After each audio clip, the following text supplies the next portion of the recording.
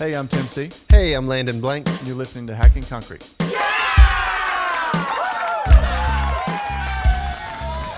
So this is Jeff from Decocrete Supply. Yes. Where are we? We are in Orrville, Ohio. Okay. And this is the Northeast Concrete Expo. Formerly known as the Northeast Concrete Expo. Slash now Decorative Concrete Expo. Decorative Concrete Expo. Okay. So we did a little change on that. We started out as the Northeast Concrete Expo, and it kind of evolved, and the show is what it is now, and we just kind of wanted to change the name and just bring decorative concrete into it. We're at the point where it's very decorative specific, so that's the idea. Decorative Concrete Expo from here on out is what it's going to be called. Right. That's appealing to me because World of Concrete is so overwhelming with like all this stuff that is really cool to look at, but it doesn't help us at all. Do you need any diamonds, any saw blades or That's anything? what I'm saying. So it's cool to be here for something that's so specific. I mean, even though here seems to be, it's a small town. It's a very small town. So you guys stayed in Worcester last night, and so we saw the paint roller company, which we didn't know. He was looking for it. He's like, "Is this where the paintbrushes are?" It's funny because we get that question all the time. We say, Worcester brush, or if you're not from here, you call it Worcester, but locals call it Worcester. It's Worcester. Not to be confused with Worcester, Mass, but it's Worcester. It's Worcester, yeah, Worcester. like Worcester. Worcester. So, but the cool thing is that that is literally right where they're from. We get that question all the time, like Worcester brush, is that Worcester, Ohio? And we can say, this stuff is made 15 minutes from our place here. So it's awesome. So you guys seen that's part of the cool thing about the show is getting everybody to the small town of Worcester, Ohio. Getting everybody in a small area. Everybody walks around, and I wasn't out in Worcester last night, but I'm guessing that everybody was out and about. They were and walking around. That's part of the draw. Yeah. You get, speaking of World of Concrete, you get in Vegas, you leave the show and you might not even see anybody else the entire time because of the mass city. It's something that we just think that's part of the experience is that everybody hangs out after the show. It was. We're at some random restaurant and it was like full of people that were from here. Yep. Yeah. What was that place? I forget. Muddy's. They sold me. Yeah, it was Muddy's. Muddy's, yeah. Cool place. They sold me an armpit steak. She said it was from the armpit of the cow. It was a delicious armpit. It was delicious. Best armpit. A Colette steak. You heard of it? You know what? I don't think I have. It was really unbelievably good. But also, this operation is huge right here. You guys have a big place here, and we're in farm country in Ohio, right? Yep. It's nuts. Total farm country. Yeah. Total farm country. It's amazing what you guys have done. Well, we appreciate that. We appreciate it. It's been a lot of hard work and a lot of great people behind the scenes. And, people come here and the team of people that put this together is quite amazing. It really, really is. I'm surprised you have time to be here. Talk to us. I'm not sure. I probably don't. Somebody's probably looking for me right now. But you know what? Just hide back here. I don't care. That's funny. So what brought you here? What brought Deco-crete here? How's this here? So, what brought me here was literally decorative concrete. So, were you a contractor? So I was. So that's literally pretty much all I've done is poured concrete right out of high school. Yep. Started pouring actually tie beams in Florida, like up on top of houses, and it sucked, like completely sucked. So I liked the concrete aspect. I hated the heights, and ended up moving back to Ohio. Started pouring flat concrete. It's around 05-ish. One of my relatives approached me to do a decorative concrete pool deck. He was putting in a new pool at his house. He wanted some stamped concrete. He knew I poured concrete. He had poured a bunch of concrete. None of us had ever done stamped or decorative of any sort. Yeah. And I kind of tried to talk him out of it. Like, nah, you should just just get a professional, which is still the right answer. But ultimately, he was kind of like, hey, I'm going to do this whether you want to or not. And I was like, you want the job? So, of course, I'm going to help him out. Yeah. So we did that, and it was just a cool moment for me. Kind of one of those things the next day when you wash that release powder off, it was like, wow, look at this. It is really satisfying washing. It's incredibly satisfying. It is, washing release off of stamped concrete. Have you done that, Landon? A little bit with you. It is very satisfying. It's like opening up a present almost, Yep. And so, but that was kind of what piqued my interest in decorative concrete, and that was right about the time that this place was being opened up. Jason Geyser opened up Deco-crete. He was a former contractor, and the problem is, just like you said, we're in the middle of nowhere. There isn't really a great supply store around, and so that was kind of his problem that he ran into, is that he had to, literally go hour and a half to get supplies, and so he's like, man, we need something around here. We need somebody to give some good tech support. So that was right around the time that I kind of came into the stamped concrete world. What year was that? That was like 05, 06-ish, so somewhere around there. And so I got some great advice from Jason, started buying some products. Ultimately, he ended up offering me a job, and it took a couple years, but till we finally hooked up, where he offered me a job and I kind of turned him down. And then all of a sudden I was like, hey, you know what? I want to pour decorative concrete every day. And then just took a couple years, finally got on board. And I did that for a couple years. stamp concrete every single day out in the field, and in the wintertime, epoxy and concrete countertops, Gotcha. that kind of stuff. And then ultimately, I think it was in 2012, there was a position opened up here in Decocrete, basically as a sales staff. And so, they offered me that job, and I was a little unsure, never done anything like that, but I accepted it, and it's pretty much haven't looked back since. Oh, you're meant to do it. Leads us all the way to today. So. That's right. It's so weird because for some reason in the decorative concrete world, that is the manufacturer business model, is to sell contractors distributorships or dealerships, right? Like we bought one a long time ago too, but it didn't grow into this. But that's a business model they try to push on people, to try to get everybody to start stores. But and everyone has tried it. It seems like a lot of people tried it. So it's mind-boggling to be here and see how big this place is. And this is one of how many stores? This is one of three. One of three. This is our main store. This was the first one. Jason started this out of the basement of his house, just up the road from us. Awesome. And I think this building was here maybe around 08, 09-ish, somewhere in there. So we have a store in Columbus, Ohio. That was our second store.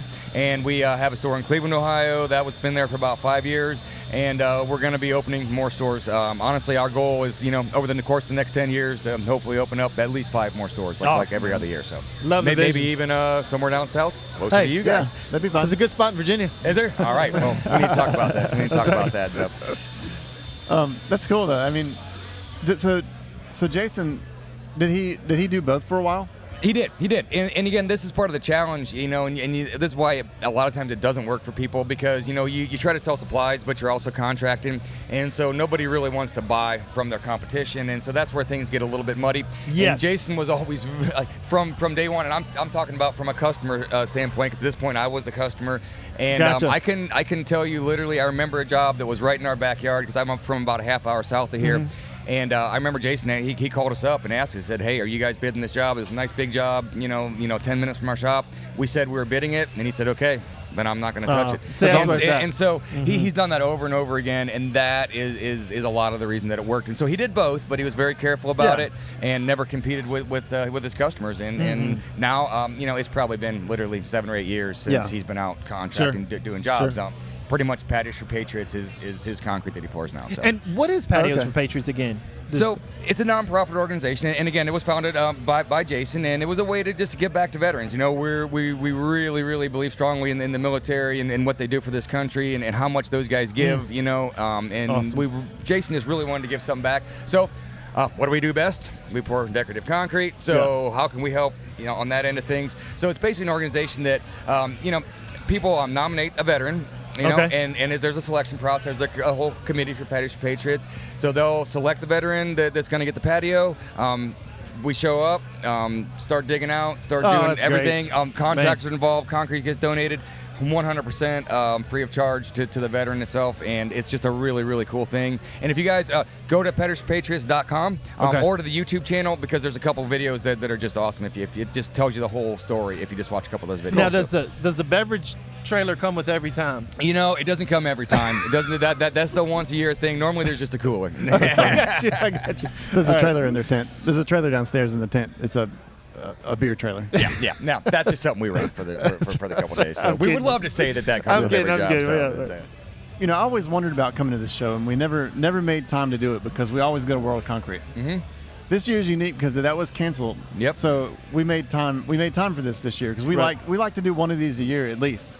And I was saying to them off camera just now that I think there's a valid argument to be made now after having been here that for a niche contractor that is in the decorative field, I kind of think you could come to this one and maybe instead of that one. What do you think? Sure. Oh, well, you're going to get in this field. I think you're getting everything. Might be a couple of extra things, but it's pretty much what we've seen at World of Concrete. And so one of the big things about this show that I love is all the artwork that happens here. Right now we have going on right down below us, Bob Harris, Rachel Bruce, Rick Lobdell's down there. They're all working right now. They're all working right down there. Crystal Ploszay, Keith Duhan is a staple of the show. He wasn't able to make it this year, but he's normally here doing some stuff. So I go back to, we did the artistry in concrete in, I think it was 2012 or 13, and that was such a cool thing for us. to go out there to Vegas, and we did this flaming martini glass, and it was just a really cool experience. And so after that, we ended up starting a little competition at the Concrete Decor Show. When that was going on, it was called the Brawl in the Fall, and part of our thing is bring all these artists in. We would actually generate about $10,000 worth of prizes for the winners. Oh, wow. So it was a judged event, and there was a winner, and they got a bunch of cool stuff. Well, that ultimately ended up kind of fading away just for a variety of different reasons, but that was kind of our vision when this show started, which was, again, 2015 was our first show. And from the beginning, our whole idea was we need to get some great artisans here and do some really cool artwork, and that's what it's been about the whole time. And so that's, to me, is really one of the coolest things, just walking around, seeing how things transform, and watching the blank canvas become just an incredible work of art is just the coolest thing to me. What I like about it, though, is that Landon and I don't plan. Does anybody?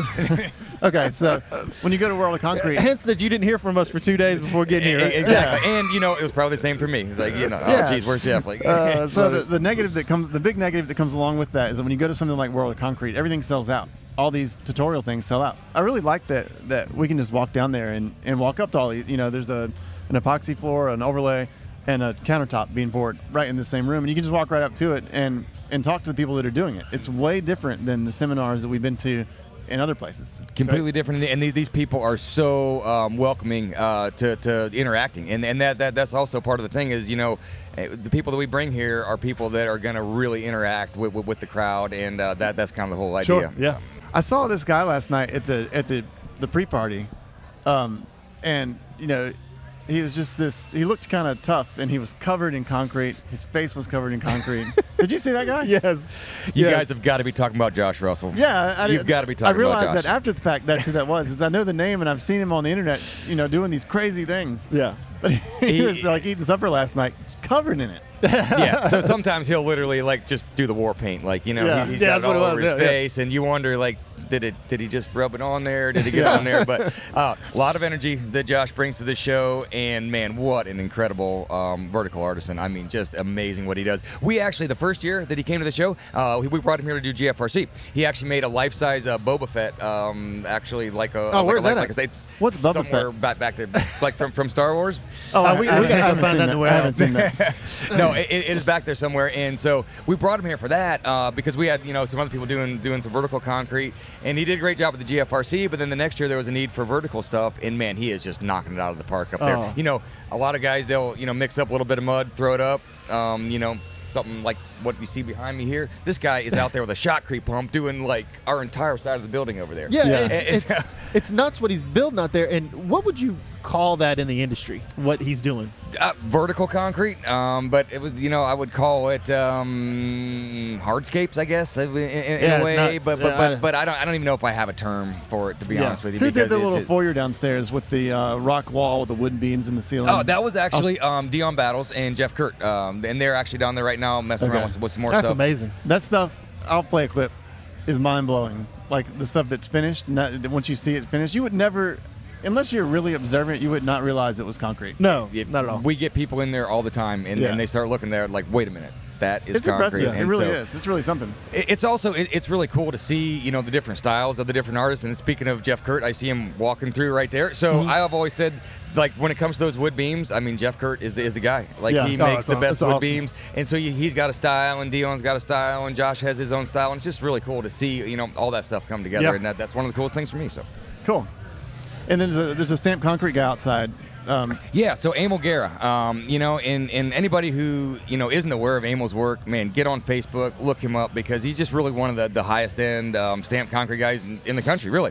And so we brought him in. He poured some stuff yesterday, and he's out there cutting it. He's using the Decocrete system. He's cutting an ashlar pattern out. He's going to do some staining. I haven't been out there for a little bit, so I'm not sure what's happening. He's cutting the ashlar pattern. He's cutting the ashlar pattern in there, yep. With that stand-up saw. With that stand-up saw, yep. We have the crawl-around saw. The mongoose. We couldn't afford the stand-up saw. Yeah, no, those are pretty cool, and that's what Rick uses a lot is the stand-up one down there. So, and I think that Emil is going to be pouring some more concrete tomorrow and stamping that too. So, cool. Man, just a little story about Emil is the first time I met him, I think it was maybe 2013 or 14. We were at a concrete decor show in San Antonio. And I'd never met him before in my life, and me and Jason are doing a class, and all of a sudden, Emil shows up and just randomly just hops in, and he's just like, "Hey, what do you guys need help with?" And he started helping me finishing concrete, awesome. and it was warm, and you know, it was getting away from it was starting to go. And Yeah. we had a whole class that we had to kind of keep going, and it was just amazing to see him. He just literally just hopped in without even knowing us. And I remember another time we were in Indianapolis, and I seen him first thing in the morning. I was walking through, you know, heading down to do the Brawl in the Fall thing, and he's literally like just getting off the plane. And I was like, "Hey, Emma, what's going on?" And he just said, "Well, I'm not here to do anything. I'm just looking to see who needs help, and I'm heading over there to see what the work's going on, and just can't wait to get to work." And that's how it was when he got here. He showed up, and he didn't have anything to do because he showed up a day early, and he's out there helping Josh throw up mud and carve mud out in the tent. That stuff looks awesome outside. The stamped concrete looks awesome. Yeah. So we came. The first night was a dinner. Mm-hmm. It's like a pre-show thing. Yeah. Yeah. So it's like a pre-show party. So we kind of do that for you know, special guests. You know, like you guys, all our vendors, all of the artisans, and we also invite 3 or 4 different groups from Facebook. We have our own training group from the people who've been through our training classes, as well as 2 or 3 other concrete specific groups that we invite to the pre-party. So it's kind of a cool little exclusive thing that, you know, there's usually, you know, I don't know what there was, maybe 70 people or something like that. You know, it's a cool way to go about it. And then the show is basically 2 days long. Mm-hmm. Started as a Friday and Saturday show. This is actually the first year that we've switched to a Thursday Friday show. This is so much better, I think, for me. I love the Thursday Friday show. Yeah, we love working on Saturdays. So you guys do a lot of training, and we met a guy last night who had never poured concrete before. Mm-hmm. And he came here and learned to do stamped concrete from Oregon or somewhere. Yeah, Pat. Yep. So what was his story? I thought that was fascinating that he came here and after being here for a couple of days has a business. You know, it's pretty incredible because just like you said, he had never stamped concrete before. I'm not sure he'd maybe poured a little bit of concrete, and he came to our intro to stamped concrete class, early in the summer. And, you know, went back home, did literally like a job a week. Came back for our advanced class in September, and I'd ask him, I said, you know, you've been doing any jobs? And he said, yeah, I've been doing a job a week, which I thought was pretty cool. Like somebody that, you know, really doesn't even pour concrete. Now he's doing a job a week. Showed me some pictures, and it was like, wow, you're already doing, you know, some really good work. He came to our advanced class, went home from there, and I'm telling you, about 2 months later, he starts posting pictures on Facebook, and just amazing work that he's turning now. So literally hasn't even been pouring for a year, and is putting out in incredible work. So it's just so rewarding for us to see. I mean, that's the reason we do what we do is for stories like that. So. That's nuts that a guy from nothing, all of a sudden he's got a business. It's not very expensive either. The classes, I mean. Yeah, so our 2-day classes are $600. 3 days, $900, and you get to, if you sign up early, you get a little bit of a discount. And it was also cool because that guy was here, you know, kind of because he owned a flower nursery, and last spring, obviously, it kind of, you know, that flower business, no weddings, no public events. It kind of tanked, and he was like, we need to do something else. And he grabbed on to Decorative Concrete, and now, like, he's here. This is literally like the fifth time he's been here. It's a huge change. And so he is completely immersed in Decorative Concrete now. So it's just really cool to see. Whereas Tim and I struggled for 3 years. Yeah, well, we all have. We didn't. Yeah, we stories like that. What do we do? No, I know what you guys mean, but our first stamped concrete pad was a 4x8 on a sheet of plywood it was an 1.5 inch thick, just so we didn't have to buy so much concrete. That was our first one. Our second one was a 1,200 square foot patio that the customer talked me into doing. He's like, "You can do it." I'm like, "I don't think I can do it. It's kind of, you know, middle of summer. It seems like a lot to take on." And it didn't go well. Yeah. I know those. We've all had those jobs that just didn't go well. But but I just, it's such a small investment. That dude went from a florist to having a new business in such a short period of time, and it sounds like it cost him about $1,200. Yeah, I mean, definitely under $2,000. You know, by the time he came out here, and so and again, that's just so cool to see. And so I mean. You know, hop on our website. We have classes. We have monthly epoxy classes, and then we have our 6 actual, full-on 2-day classes, which we call our Hall of Fame series. And those are the ones where we kind of go above and beyond, and great food, and really, really just try to put on an incredible experience for the attendees. We should come to one of those. Yeah, you guys should. That sounds fun. You guys should. I'll tell you what. You know, you guys just come on out. You guys just come on out. I'm going to give you guys the invite. But you got to do a podcast. You sold me with the free food. Wait, free food? Yeah. What's it about? Yeah. If there's one thing you know about Deco-crete is that there's always going to be good food, and there's usually a couple beers involved. So. Yeah, the pork chop was good last night. The pork chop was good. Yeah, it was. So, anyways, thanks for having us out. We appreciate you having us.